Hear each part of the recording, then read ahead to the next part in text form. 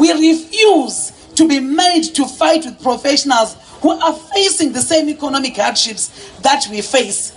All workers in Zimbabwe deserve better salaries, including nurses. We meet at a time when most of us who are poor in the rural and urban areas are facing hunger and starvation on a daily basis. Zimbabwe is suffering from an economic collapse caused by the ZANU PF government. In 2013, the ZANU PF-led government promised more than 2 million jobs.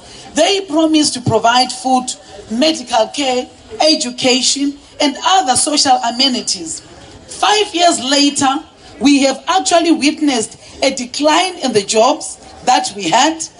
Further to that, social amenities have declined from the standard they had reached during the inclusive government. It is indeed now clear for all to see that the MDCT was the good governance factor in the inclusive government. During the inclusive government, we witnessed economic stability and improvement in people's lives. What we have seen after the 2013 elections is growth in corruption and other vices caused by an insensitive government.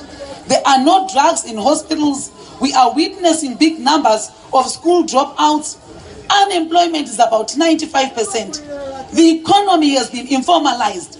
Those who still have a job cannot get access to cash and the banks.